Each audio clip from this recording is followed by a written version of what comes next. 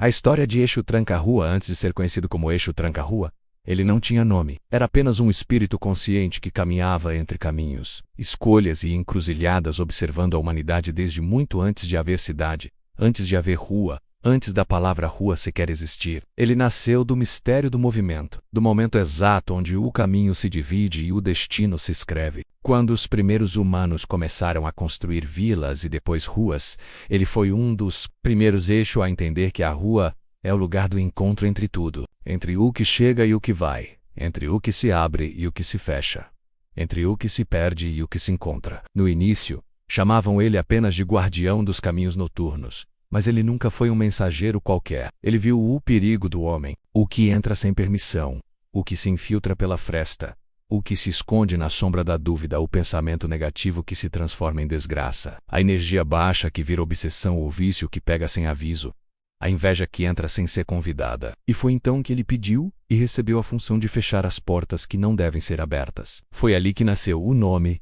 Tranca-Rua. Ele tranca ruas energéticas, portas invisíveis, caminhos que vão dar em queda, mas não para punir, para proteger. Quando alguém está sendo atacado espiritualmente e a pessoa não tem força ainda para resistir sozinha, Exu Tranca-Rua é aquele que fecha o caminho de acesso para que o mal não entre. Ele trabalha na linha de esquerda, mas a sua ética é vertical, reta como ferro. E existe um princípio que ele guarda até hoje. Antes de abrir um caminho, devo proteger o dono do caminho.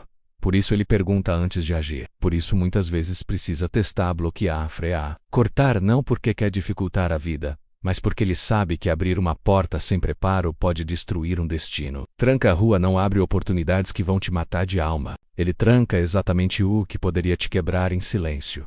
Se existe alguém que conhece o abismo humano, é ele. E justamente por isso também conhece o valor do resgate. Ele é o Exu que pisa no chão firme, nas horas mais sombrias. É o guardião da porta entre o visível e o invisível. E sempre que chega a noite, sempre que surge dúvida, e sempre que a energia pesada tenta invadir, se a pessoa estiver alinhada com o bem, com a verdade, com a coragem, Exu Tranca-Rua se coloca na porta e diz: aqui não entra. E é assim, até hoje. Ele continua sendo o guardião dos caminhos humanos, aquele que tranca o que é perigoso, para que o que é certo possa acontecer no tempo certo.